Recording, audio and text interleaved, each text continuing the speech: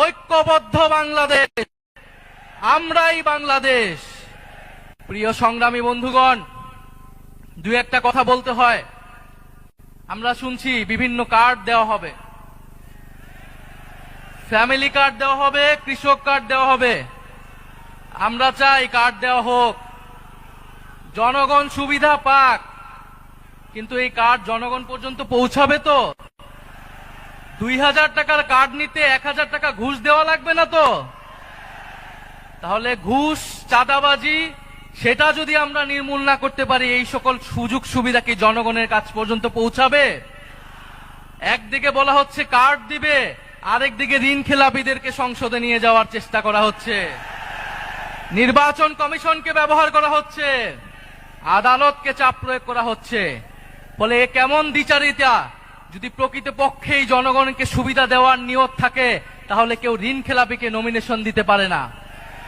যারা ঋণ পরিশোধ করে নাই, তারা সংসদে গেলে আপনার মনে হয় তারা ঋণ পরিশোধ করবে? আর এরা আবারও ঋণ নিবে, এরা আবারও টাকা লুট করবে, এরা আবারও টাকা পাচার করবে বিদেশে। আমরা তো এই বাংলাদেশ চাই নাই। আমরা তো সেই লুটেরাদের বিরুদ্ধেই গণ অভ্যুত্থান করেছি।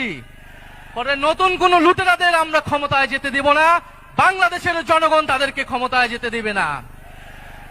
সংগ্রামী বন্ধুগণ, বলা হচ্ছে বস্তিবাসীকে ফ্ল্যাট দেওয়া হবে। বস্তিবাসী ফ্ল্যাট চায় নাই আমাদের কাছে, আপনাদের কাছে। বস্তিবাসী চায় নিরাপদ জীবনের নিশ্চয়তা। বস্তিবাসী চায় মর্যাদাপূর্ণ কর্মসংস্থান। বস্তিবাসীকে ঢাকা শহরে আজ পর্যন্ত যারা ফ্ল্যাট দেওয়ার অঙ্গীকার করেছে, তারা বস্তি উচ্ছেদের পরিকল্পনা করেছে। তারা বস্তিতে আগুন লাগিয়েছে, বলা হয়েছে আপনাদেরকে ফ্ল্যাট দিব, আপনারা বস্তি থেকে উচ্ছেদ হন। আমরা আল্লাহ না করুক হয়তো এই ধরনের কোনো প্ল্যান নাই। জান্নাতের মালিক আল্লাহ, অবশ্যই মহান সৃষ্টিকর্তা, আর ভোটের মালিক জনগণ, ভোটের মালিক নাগরিক। দেশের মানুষ বুঝে যাবে আরো দ্রুতই যে কারা নির্বাচনের আগে প্রতারণা করছে, কারা দেশের মানুষকে ঠকাচ্ছে, কারা সংস্কারের বিরুদ্ধে অবস্থান নিচ্ছে।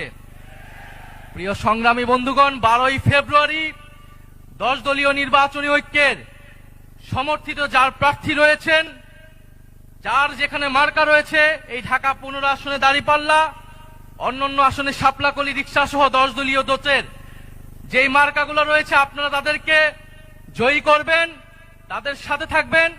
আমরা ঐক্যবদ্ধভাবে বৈষম্যের বিরুদ্ধে, দুর্নীতির বিরুদ্ধে আর ইনসাফের পক্ষে আমরা নতুন বাংলাদেশ গড়ে তুলব।